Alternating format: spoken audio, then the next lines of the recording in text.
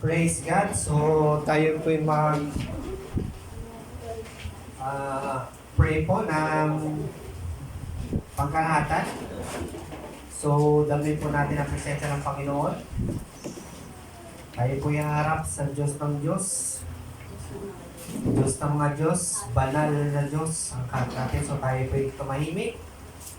At bawat bigasin ko kung naayon kayo, sabihin nila sa puso at isip nyo, yes, amen. Ibig sabihin nun, sumasang-ayon kayo sa pinapanalangin.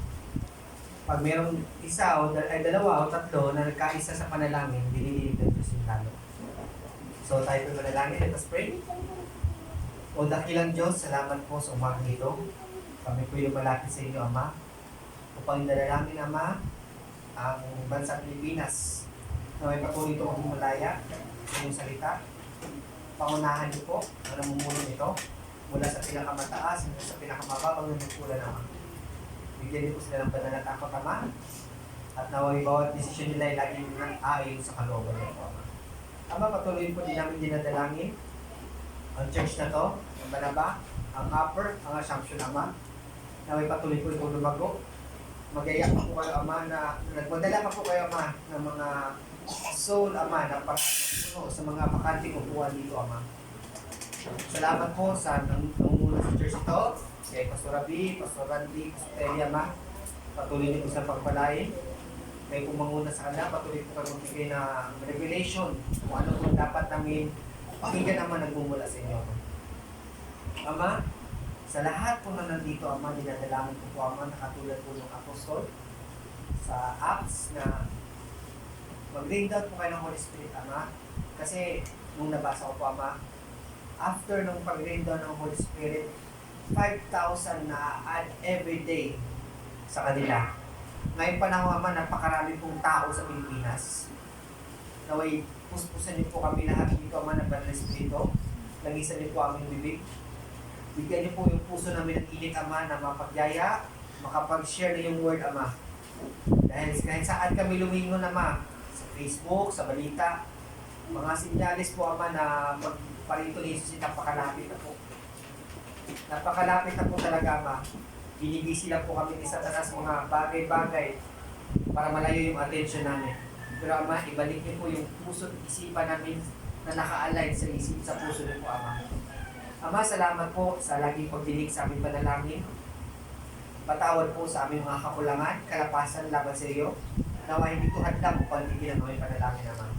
Ama, sa tatayo sa harap, Ama, nanisan niyo po kayo ng bibig. Pangunahan niyo po siya, Ama. Ihanda niyo po yung puso at isipan namin. Naway makita po namin na yung mensahe. Ma-discern po namin na yung kalooban, Ama. At may pasamuhay po namin, Ama. Hindi lang po dapat namin narinig, Ama, kundi may pasamuhay po namin, Ama. Bawat mensaheng na tinuturo niyo po sa amin. Salamat po, Ama, sa laging pagdinig sa amin. Salamat po, Ama, sa lugar na to. Salamat po sa panahon. Ama, dinadalangin ko rin po, Ama, yung mga membro na wala dito. Naway sa next Sunday, Ama, makasama po namin sila. Masarap o masaya ng pakiramdam, Ama, na marami kami nagpupuli sa iyo, nagkakaisa, nagpapalakasan, nag-encourage bawat isa, Ama. Salamat po. Hindi kami makapagtigil sa pagpasalamat dahil alam namin na ikaw ang Diyos na buhay. Ikaw ang Diyos na hindi tumitigil sa paggawa ng mabuti sa lahat ng nilikha at sa lahat ng lumalapit sa inyo. Salamat po. Pinupuri ka namin sinasamba. Ito'y sabot dalangin namin sa matamis na pangalan ni Jesus. At sabi na, Amen.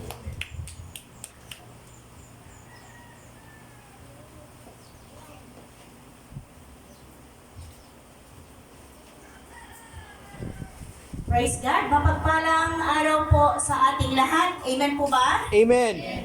Medyo tayo ngayon, mabilisan lang kasi meron po kaming board meeting after ng service. So nagpapasalamat po tayo sa Panginoon sa mainit na panahon, nagsisimula na. Wala pa to sa pinaka-peak talaga, pero salamat dahil walang sinabi, dagat-dagatan yun eh. Walang sinabi to. So kaya pa natin dito magpaypay. Hello po, kumusta na po kayo mga anak ng Diyos? Parang wala si Janelle. Wala, kuya. Kapachat ko po yun alas 2 na umaga. Pauwi lang daw niya. So, salamat sa Lord dahil lahat tayo nagtagumpay. Amen po ba? Amen. So kanina, yung aming prinsesa mukhang nahamon magpalo ng mag-play ng drum set. Dahil yung aming Andre ay wala. Medyo may nararamdaman sa kanyang part ng katawan. Kaya sinamahan muna ng kanyang daddy. So ayan, so salamat sa Lord dahil ayan china-challenge na po yung mga ibang youth. Sino ba dyan? Aris, wala ka bang hilig mag-play ng drums? Asan si Aris? Sino ba ang si Rodel? Medyo may... Ano ka ba mag-play ng drums, Rodel? Gitara. Si MJ kaya? Bass naman. O sa mga kabataan? Vocalist. Oo, vocalist. Ayan, mga bata dyan, mayroon pang mas medyo ahead pa or medyo mas matanda kay Princess. Si Prinsesa ay 6. Ilan taong ka na kuya? Naka-white? 10? 13 na. So wala kang hilig mag-play ng drums?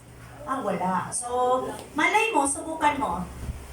Kasi hindi natin alam yung yung mga sitwasyon. Oo. Kaya yan, mag-aral na po. After ng service, itry nyo po umupo. Malay nyo. Doon yung pala yung gift sa inyo ng Panginoon. So, tayo po ay mga nakaranas ng iba't ibang mga hamon sa buhay. Alam ko po yun. Hindi po tayo exempted sa mga problema. Hanggat meron po tayong hininga, may kalakip na problema yan. Amen po? Kasama yan. Kaya huwag po tayo magtaka. Pag nasolve na po natin yung isang problema, meron na naman. Kasama po talaga yan.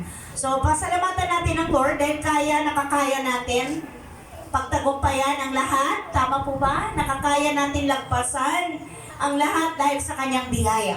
Dahil sa pag-ibig niya sa atin. Last Sunday po, si Brother Hill yung nagturo. Ano po yung inyong natutunan sa... Sino nandito ng Sunday? Ayan, si Sister Brother Gilbert. Giselle, nandito ka di ba, anak? Anong message ng Sunday? Ha? Kay Daniel, anong meron kay Daniel? Kaya wala pa pala. Hindi dapat yan. Hirap malalim Daniel. So, itinuro doon, di ba, na ang Bible, ang scripture ay hindi history. Kundi ito ay, Propesya. propesya. Tama. May natutunan kayo. Ito ay propesya para sa kaganapan sa darating na panahon.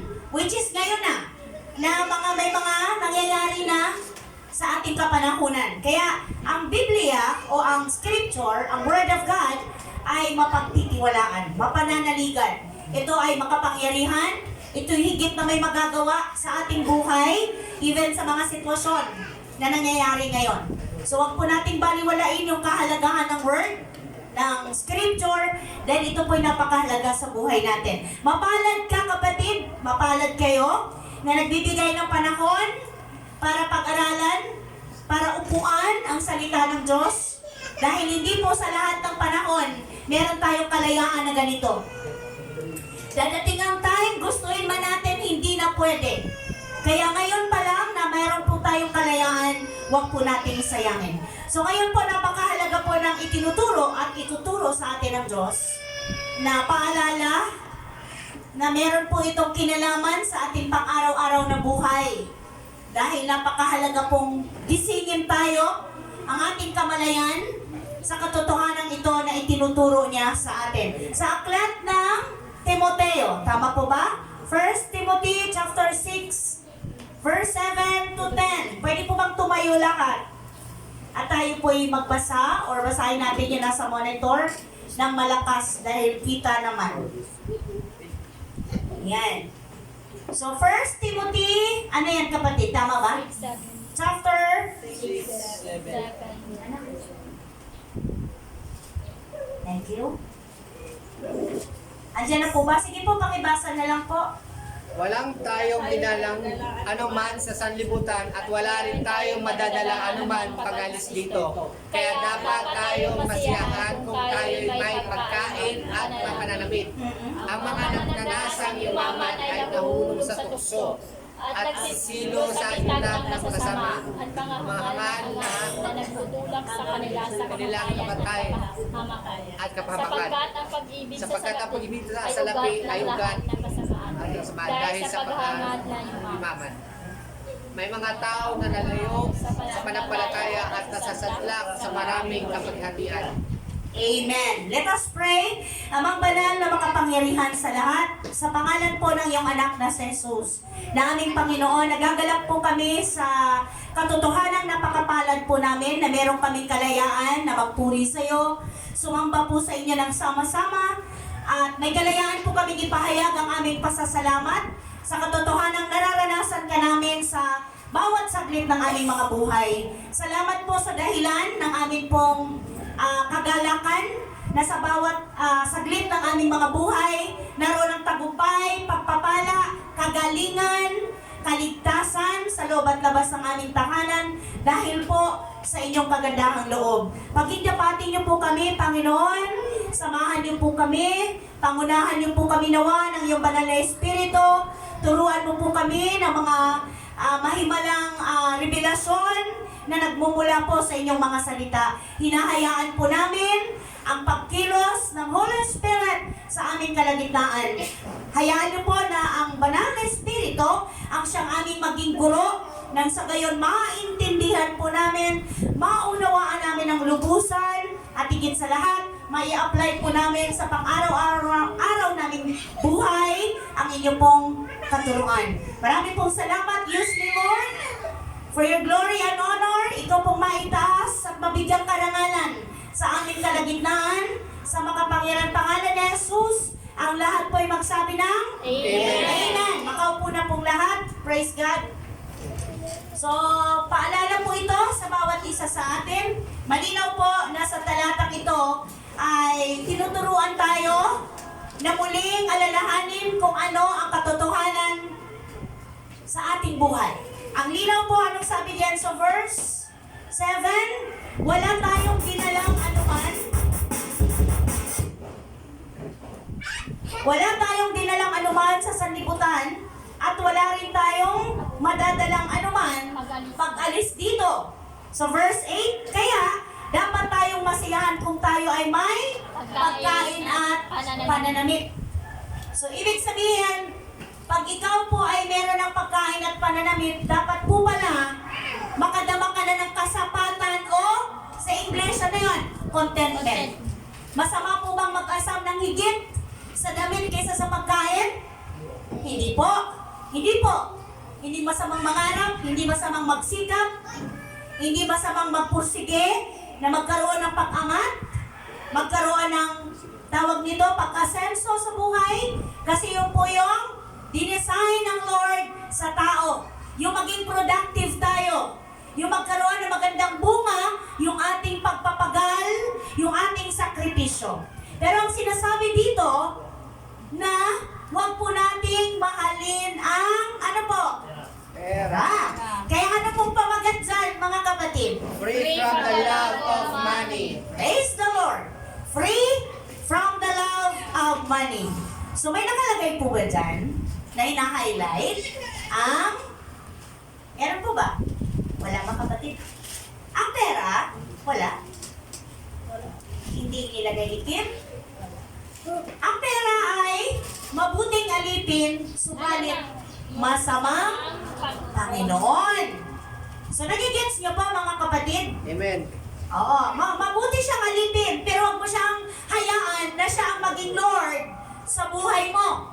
Aba, terrible yun, kapatid. Hindi maganda ang magiging resulta pag ang Diyos sa buhay mo ay pera. Kasi pag nangyari yun, hindi ka na marunong makipagkapwa. Tama po ba? Pag nangyari yun, wala ka nang kilalalaning taong mas higit sa'yo. Ikaw na lagi. Ikaw na bida. Ikaw na magaling. Diba? Ikaw na ang lahat-lahat.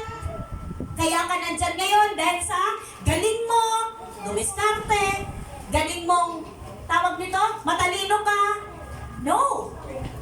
Kaya, malinaw po na itinuturo dito ni Apostle Paul kay Timothy na sa atin namang kapong kapanahonan ay malinaw po tayong tinuturuan ng Lord. Hindi masama ang pera o money. Amen. Sa katunayan, mga kapatid, makinig po, mahirap maging banal kung wala kang pera. Tama ba? Hello? Mahirap maging makajos pag wala kang pera. Sino agree sa akin? Parang ayaw Amen. yung maniwala. Amen. Di ba? Kadalasan ginagamit pa ng tao ang dahilan na wala akong pera, ayaw ko mag-church. Tama po ba? Wala akong pamasahe. Wala akong i-offering. Lagi kong naririnig yan. Ayaw ko mag-church kasi wala man lang akong may abot pag binigyan ako ng envelope. Mas importante ba yun kaysa sa buhay mo? Di ba dapat unahin mo munang lumago ka? Maging malinaw sa'yo, maintindihan mo ng maigi kung ano yung kahulugan ng itinuturo ng Diyos about giving kaysa sa ka magbigay. Mas tatanggapin pa ng Lord yun. Mas tatanggapin niya pa yung buhay mo na hindi ka nanghihinayang ibigay ang iyong panahon, ang iyong isinasacrifice mo yung mga nakasanayan mong gawin pag-araw ng linggo, nakasanayan mong paulit-ulit na bigyan ng oras pag-araw ng linggo, isasantabi mo yon, isasacrifice mo yon. Kasi naniniwala ka na may magagawa ang salita ng Diyos sa buhay mo. Amen? Pag-pray ka, Lord, gusto kong maintindihan. Anong ibig sabihin ng giving? Anong ibig sabihin ng tithes? Anong ibig sabihin ng ikapok? Panginoon, hindi ko talaga maintindihan. Hirap na hirap yung loob ko. Nagtatalo. Nag-struggle ako magbigay. Kasi katwiran ko, ba't ako magbibigay? Wala na nga ako eh. Di ba sabi, ang Diyos hindi nangangailangan. Dahil Kanya ang lahat. Pero bakit lagi nilang sinasabi, magbigay kayo? Kasi kailangan ng Kanyang sambahayan. Bahay pa ng bahay. Totoo, hindi kailangan ng Lord kasi Kanya to lahat. Pero wag mong kalimutan na kung anong meron ka, kahit 100 pesos yan, kahit 50 pesos yan, 10 pesos yan, hindi iyo yan. At higit sa lahat, kapatid, ang meron ka ngayon, buhay, lakas, higit sa lahat, katiyakan ng kaligtasan, matutumbasan ng pera? Eh. Matutumbasan ng mayroon ka sa buhay, na mga pag-aari mo, kung ano man ang meron ka? Hindi po. Kasi ang ibinayad dyan ng Diyos, malaking halaga. Hindi kayang tumbasan ng pera. Ang kanyang dugo, ang kanyang buhay. Ibinigay ng Ama. Hindi siya nagkatubili. Hindi niya ipinagdamot si Jesus Christ para sa akin at sa'yo. Tapos pagdating sa giving, mag-struggle ka. Kaya nga, maganda habang bata pa lang. Yan o, yung mga batang yan, lalo na pag nag-aaral na, may mga baon. Ang aming princess, amin na pong pinapractice. Magkano baon mo, anak? 20 pesos? So, magkano ang para sa Lord doon? Hello? Mabibilis mag-compute. Ha? 2 centimo? 20 centavos? 2 pesos. O, 2 pesos ba? O, magkano baon mo? 50 pesos. Ang bata ngayon hindi natatanggap yata ng 5 or 10. Kasi wala nang, ang soup ngayon sa school, 10 na yata. Dati 5, 10, 15 na yata. Oh. So may dala-dala siya sa envelope niya, 6 pesos, 5 pesos. I-train natin, bata pa lang. Para pag dumating yung time na sila ay youth na, teenager na, hindi na mahirap. Sila na mismo magsasabi sa inyo, Mama, Papa, Daddy, Mami, ito po yung aking ikapo. Maganda pong training. Kasi habang sila ay tinuturuan mo rin sila mag-give sa kanilang kapwa. Hindi sila magiging madamot. Napapansin niyo yung bata. Bata pa lang ha, yung aming paton. Wala pang 2 years old, marunong na magdamot. Napapansin niyo? Pag may hawak yan, magigigil yan, di talaga bibitawan. Sino nagturo dyan? May nagturo ba? Tuturuan mo ba, kapatid, yung anak mo maging madamot? Hindi, di ba? Pero napapansin mo, wala pang 1 year old. Madamot na. Pansin mo? Kaya sila nag-aaway dahil gusto niya, pag ano yung hawak niya, kanya lang. So, meron kasi talagang likas tayo bilang mga tao. Hindi natin maitatanggi. Paglabas pa lang, habang yan nagkakaroon na ng isip unti-unti, nadidevelop din naman yung kanyang minana na kasalanan. Tama po ba? Kaya nga, habang nadidevelop ang kanyang kamalayan, habang natututo siyang kumilala ng mabuti at masama, doon tayo nakasubaybay, nagtuturo din tayo kung ano yung dapat nilang lakaran, kung ano ang dapat nilang maging attitude hanggang paglaki nila. Marunong silang mag-give. Kaya lagi sinasabi ng mami nila, sharing is Ano po? Caring. Caring. Oh, yung pag-share mo, pinapakita mo nagkikare ka. Mayroon kang pakialam. Anak, kailangan mo ba kailangan matuto silang magkaroon o magbigay halaga sa pangangailangan ng iba. Para pagdating ng araw, hindi sila mahirap lapitan. Tama po ba? Diba, nai-enjoy natin yung taong marunong magbigay? Ayaw natin ng taong madamot. Tama po ba? Ayaw mong makisama, makipagkaibigan sa taong madamot. Sino rito ang madamot? Diba? Pag anak ka ng Diyos, ikaw ay blessed. Pag wala kang pera, paano mo masasabi na I am blessed? Tama po ba? Paano mo masasabing ako ay anak ng Diyos kung wala kang pera? Paano mo masasabing ako ay blessed kung nanlilimos ka? Hello! May anak ba ng Diyos na nanlilimos? Ang sabi ni David, mula sa pagkabata hanggang ngayon matanda na ako, pero walang anak ng Diyos na nanlilimos. Kaya nga, pag merong taong sasabihin nila, ay ako po ay Kristiyano, pero umiikot bahay-bahay, pahingin pansaing, upuan niyo please, kausapin niyo at sabihin niyo, ang ating Diyos ay buhay at makapangyarihan, hindi ka dapat nanlilimos. Kaya malaki ang part ng church. Tama? Kung meron tayong mga members na makita natin na manlilimos sa kalye, matutuwa tayo? Uy, taga-Grace from Heaven Church yun lang. Nanlilimos. Matutuwa ka, kapatid? Hindi. Anong dapat mong gawin? Sasabihin mo kagad, dali ka, pag-pray kita. Anong dapat? Anong kailangan mo? Bigas? Bigyan mo 1 kilong bigas. Tama po ba? At ano pa, pagkatapos bigyan ng bigas, meron ka pang lakas. Gusto mo, turuan kita maghanap buhay. Tama po ba? Gusto mo magtinda? Tama. Para hindi siya nangihingi. Kasi mahirap sabihin na, I am blessed, pero wala nang lilimos ka. Wala kang pera. Hindi totoo yun. Ang tunay na blessed, ikaw yung nagbibigay. Amen po ba? Yung kahit walang-wala ka na, meron ako dito, hatiin natin. Tama? May isasaing ako dito, hatiin natin. Ay, wag na, hindi. Pwede yan. Hatiin natin. Ngayon, sa totoo lang, aminin mo, medyo kabado ka. Paano kaya ito pagkakasya? 1 kilo na nga lang, hinati ko pa. Diba? Paano kaya ito? 6 anak ko, 7. Siyam kami lahat. Pero yung 1 kilo, hinati ko pa. Then yun yung turo ng word. Pray ka, kapatid, walang imposible. Amen? Amen. Sumunod ka lang. Lord, sumunod ako sa sinabi mo, hindi mo ako bababayaan. Magulat ka.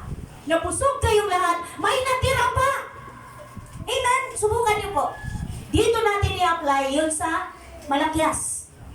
Subukan ninyo ako, sabi ng Lord, kung hindi ko bubuksan ang durungawa ng langit at ibubuhos ko sa inyo ang pagpapalang wala kayong paglagyan.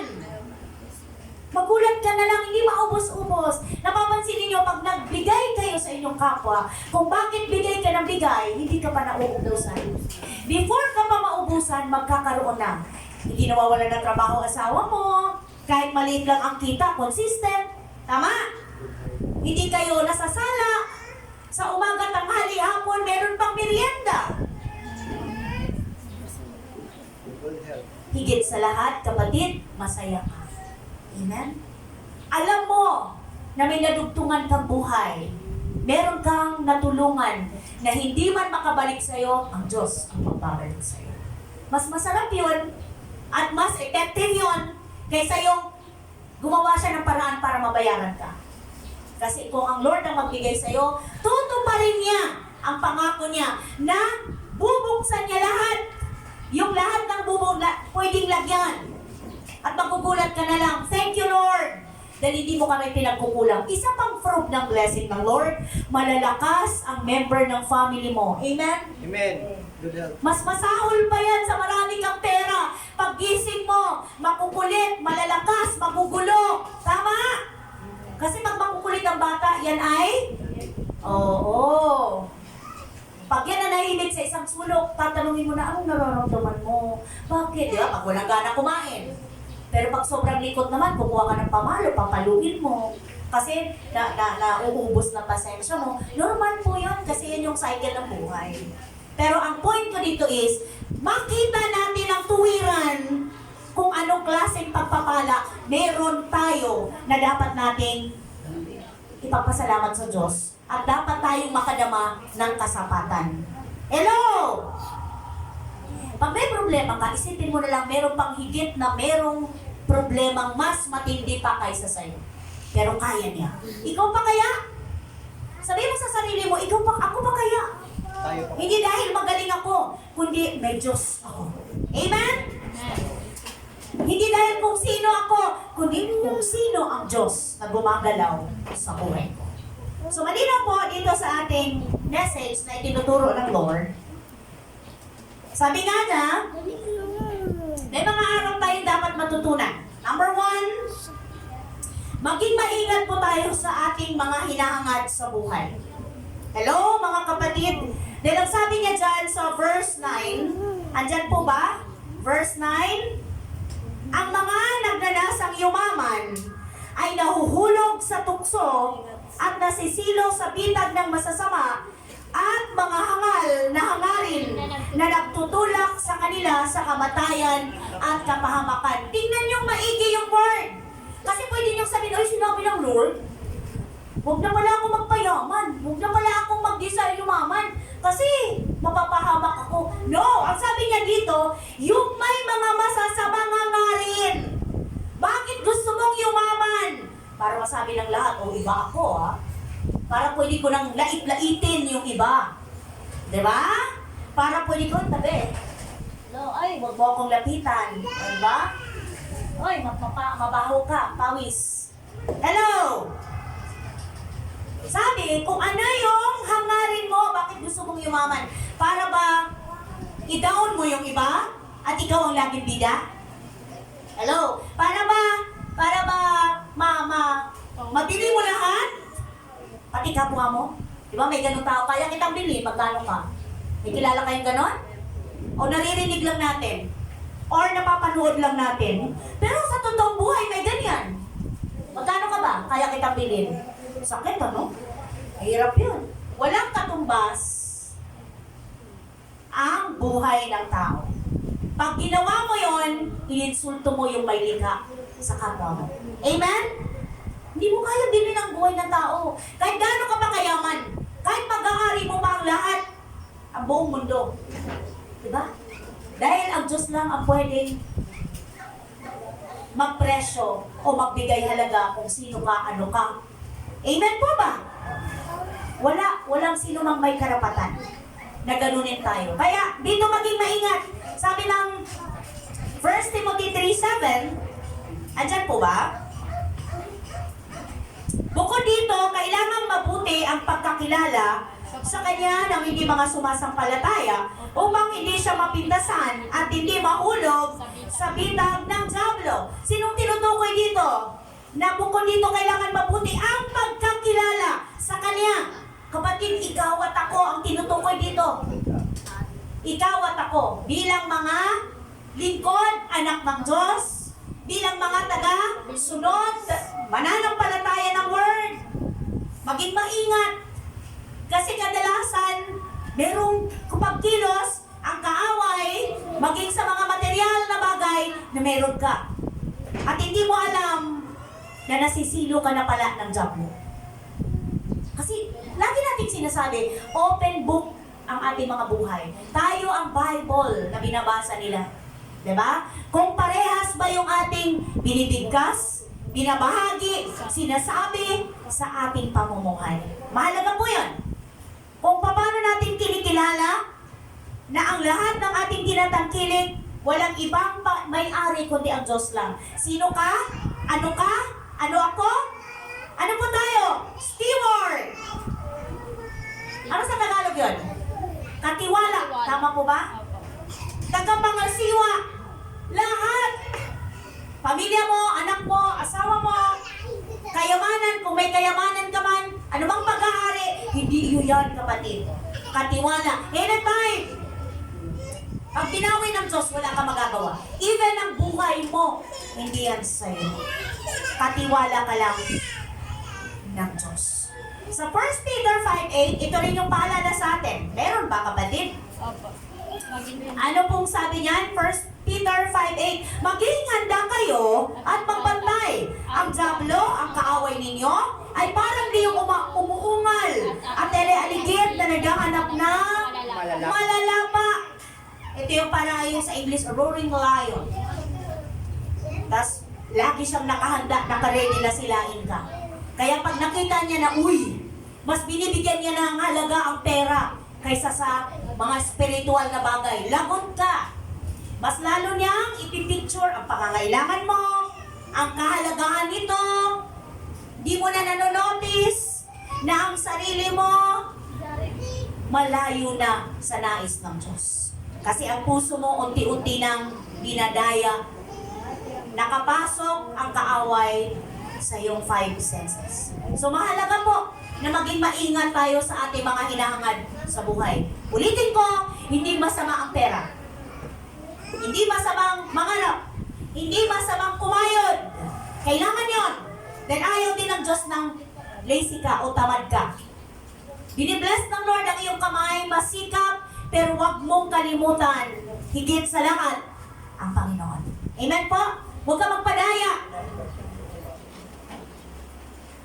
Dahil ang kaaway ay hindi tumitigil. Lagi siyang gumagawa para ikaw ay kanyang maisahan. Pangalawa po na paalala ng Lord sa atin pong teksto ngayon, maging matalino sa mga ino-offer ng mundo. May ino-offer bang mundo sa atin?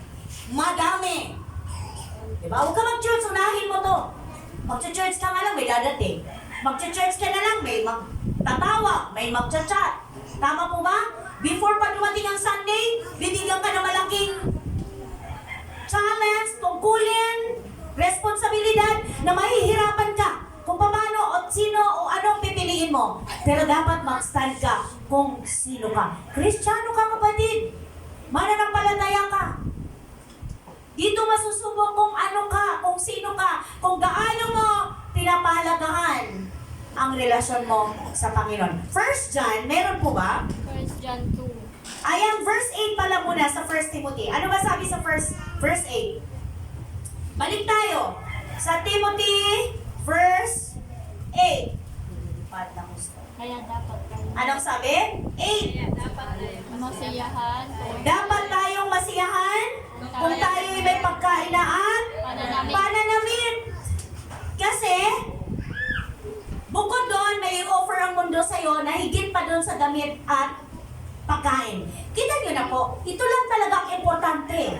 Pero bakit binibigyan tayo ng Lord ng higit pa doon? Pananamit, pagkain. Pag sinabi kasing damit, kasama na doon yung titiran mo. Kasi ba, damit, kung pang-alis ng tawag nito, yung pangtakip para hindi tayo lamigin, di ba? So kasama na po ang bahay. Kasama na doon sa ipoprovide ng Lord na concern niya sa atin. So ang sabi doon sa verse 8, sapat na. Dapat na tayong masiyahan. Makontento na tayo. Kung meron tayong pagkain at pananamit. Sapagkat ang sabi sa 1 John, tama po ba? 1 John 2. chapter 2. 2. Verse 15. Okay. Verse 15. Huwag ninyong ibigin, tama po ba? Ang sanlibutan. O ang mga bagay na nasa sanlibutan. Ang umiibig sa sanlibutan ay hindi umiibig sa Ama. Ang lahat na nasa sanlibutan, ang pagnanasa ng laman, pagnanasa ng mga mata, at ang pagmamalaki sa buhay. Ito yung pride of life. Na ay, ano na lang sabihin ng aking kapwa? Ano na lang ang sabihin ng aking kaibigan? So kailangan laging sikat, kailangan laging angat, kaya lahat gagawin, kahit malubog na, okay lang, masabi lang na iba ang buhay mo, yun yung sinasabi ng Lord, na maging maingat tayo sa ino-offer ng mundo. Sabi, hindi ito nagmumula sa Ama, kundi sa sanlibutan. Mawawala ang sanlibutan ng lahat ng bagay na pinagnanasaan nito ng mga tao, ngunit ang mga sumusunod sa kalooban ng Diyos ay mabubuhay magpakailanman. So malinaw, mga kapatid ko, na kung ano man ang ino-offer ng kaaway, yan ay magpapalayo sa'yo sa Diyos. Nagkakaintindihan po ba? Hello mga kapatid, nagkakaintindihan po ba? Kung ano ino-offer ng kaaway sa'yo, maging maingat, maging ingin sa Lord ang wisdom. Baka nakokompromise ng iyong faith, nakokompromise ng iyong relasyon sa Panginoon, at isinasantabi mo na yung mas mahalaga. So next, last po. Anong matututunan natin? Masaya. Sa word, matuto tayong Masiyahan. masiyahan sa anumang meron tayo. Bakit? Anong sabi diyan sa verse 10? Sabi sa 10, sapagkat ang pag-ibig sa salapi ay ugat ng lahat ng kasamaan. Uy, ayoko na pala ng pera kasi ugat ng kasamaan. Ang sabi, pag-ibig, ibig sabihin, iniibig mo ang salapi higit kaysa sa Diyos. Amen po? Ito yun. Sabi na kanina, hindi masama ang pera. Sa totoo lang, mahirap mabuhay ng walang pera. Kailangan mo ng pera. Mahirap maging righteous kung wala kang pera. Pero ang sinasabi ng teksto na to, ng verse na to, ang pag-ibig sa pera o salapi ay ugat ng lahat ng uri ng kasamaan. Di ba alam natin lahat to? Kaya di ba maraming taon nasasadlak sa hirap. At hindi yung sabi dito, dahil sa paghahangad na yumaman, may mga taong nalalayo. Saan? Sa pananampalataya. So, nasa labas ba ang kinakausap ng Lord? Mga unbeliever ba ang kinakausap niya? Hindi, tayo. Mga mananampalataya. Tayo mga may relasyon kay Christ. Dahil ayaw niya na madaya tayo ng kaaway, madaya tayo ng mundo, mas bibigyan natin ng panahon ang pagkita ng pera. So, anong mangyayari? May mga taong nalalayo sa pananampalataya at nasasadlak sa maraming kapigatian. Okay, nakuha mo lahat. Nagkaroon ka nga, nakuha mo. Pero pagdating ng oras, masaya ka ba? Hindi. Pagdating ng oras, nagamit mo ba na tama? Na-enjoy mo ba? Hindi. Kasi, nawala ang protection ng Lord. Pinahintulot sa'yo, iba't ibang uri ng sakit, diba? Kaya ang nangyari, kulang pa. Diba? Wala talagang ibang kasapatan kundi sa Panginoon. Yun lang yun, mga kapatid. Yun lang yung susi ng ating pinag-aaralan. Huwag nating ipagpalit ang Diyos sa pera o sa mga bagay na nasa mundo. Dahil malinaw po anong sabi niya? Sa Hebrew 13. Andyan po ba? Huwag kayong magmayong pera at masiyahan na kayo sa Sa naman niya sa inyo, sapagkat sinabi ng Diyos, hindi kita iiwan ni pababayaan. Amen. Keep your lives free from the love of money and be content with what you have because God has said, I will never will I leave you, never will I forsake you. So we say with confidence, the Lord is my helper. I will not be afraid. What can man do to me? So, totoo po yun. Ano magagawa sa akin ng tao? Lalapit ako, oo. Isa, dalawa, tatlo, makakarinig ka na ng masasakit na salita kahit sino pa yan. O kahit hindi masasakit, isang salita lang, posibleng hindi ka masaktan.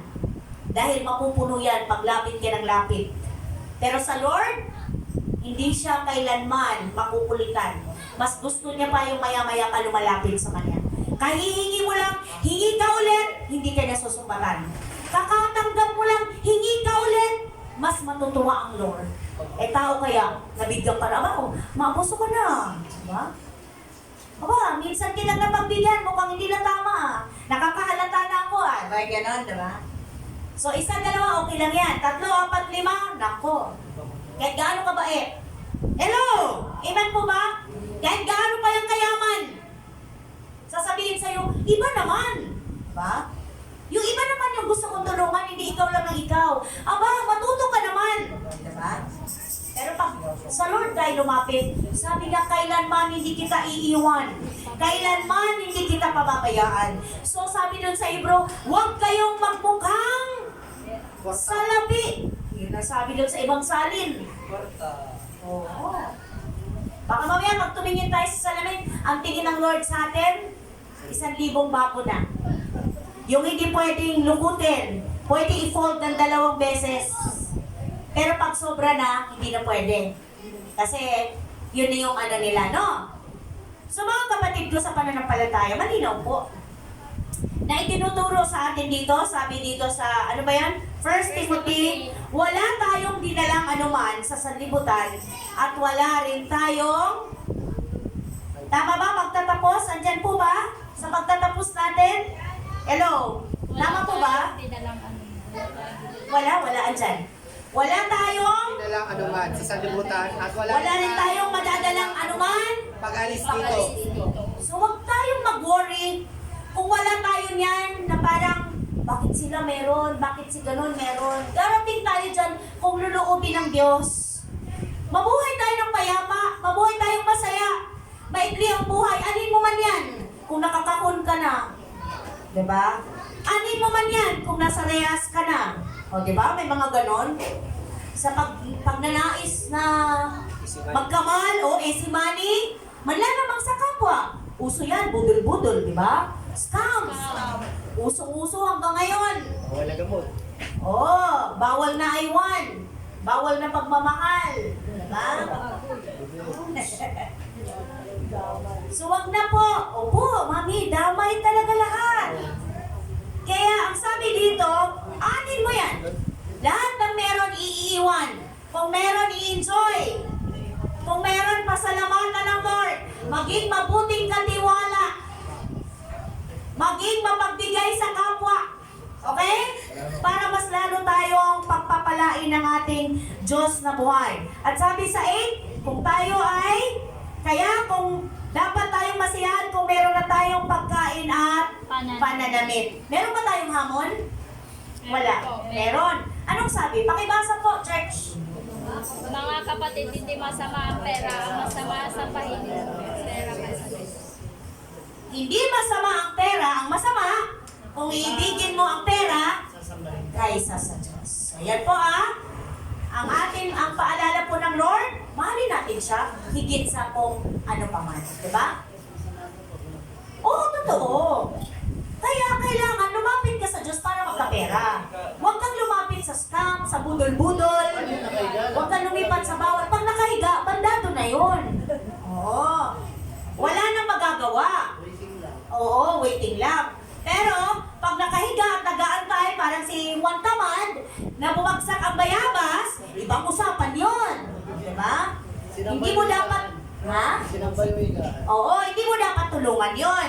Kasi, tinutolerate mo ang kanyang katamaran. Kasama ka sa kanyang curse. So, kailangan turuan mo siyang tumayo at kumilos. Tama, kumilos. Kasi binigyan ka ng lakas. Amen po ba? Binigyan tayo ng lakas ng Lord. Lahat ng ating ginagawa, nakakount yan sa Panginoon. So, hindi kasi ako makapaghanap buhay kasi meron ako, yes! Pero pag dumating yung time na kaya mo na mag-pray ka, Lord, gusto ko na magkaroon ng sariling income. Tulungan mo ako, bigyan mo po ako ng wisdom. Ipagkakait ba ng Lord sa'yo yun? Ang tanong ng Lord sa'yo, anong meron ka? Lord, meron akong mga kaldero. Meron akong, di ba? Ano bang meron ka? Lord, marami akong kaibigan. O sige, lapitan mo lahat ng kaibigan mo. Bro, sis, friend, pare. Gusto ko sana maghanap buhay pero wala ako. Pwede mo ba akong tulungan? Sa tingin ko, sa 10 lalapitan mo, 5 doon tutulong sa'yo. At yung itinulong, huwag mo namang iabusuhin. Kung ano yung layunin ng iyong paglapit, gamitin mo para ka magnegosyo. Matutuwa sila, matutuwa ang Lord, ibibless ka. Ibabalik yun mo sa Kanya ng doble pa. Amen po ba? Amen. So, meron po ba tayong natutunang aral ngayon, mga Amen. kapatid? Yes. So, pinapalaya tayo ng Lord sa pag-ibig sa salapi, ha? Kaya, love God first. Isang tabi lahat, unahin ang Panginoon. Let us pray. Panginoon, maraming salamat po sa mensahe ninyo sa amin sa araw na ito. Salamat po sa katotohanang ipinaunawa mo sa amin na wala kaming dalang anuman. Nang dumating kami dito, pag-alis namin, wala rin kaming dala. Kaya kung anong meron kami ngayon, tulungan mo kaming masiyahan.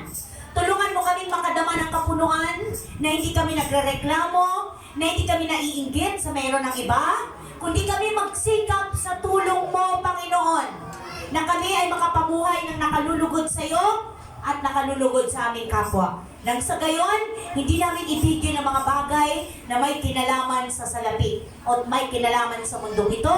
Higit namin bigyan ng panahon ay ang mga bagay na may kinalaman sa paghahari mo. Panginoon, sa iyo ang lahat ng papuri. Kayo po ang kumumpleto ng message na ito sa puso ng iyong mga anak. Sa makapangyarang pangalan ni Jesus, ang lahat ng bless magsabi ng Amen.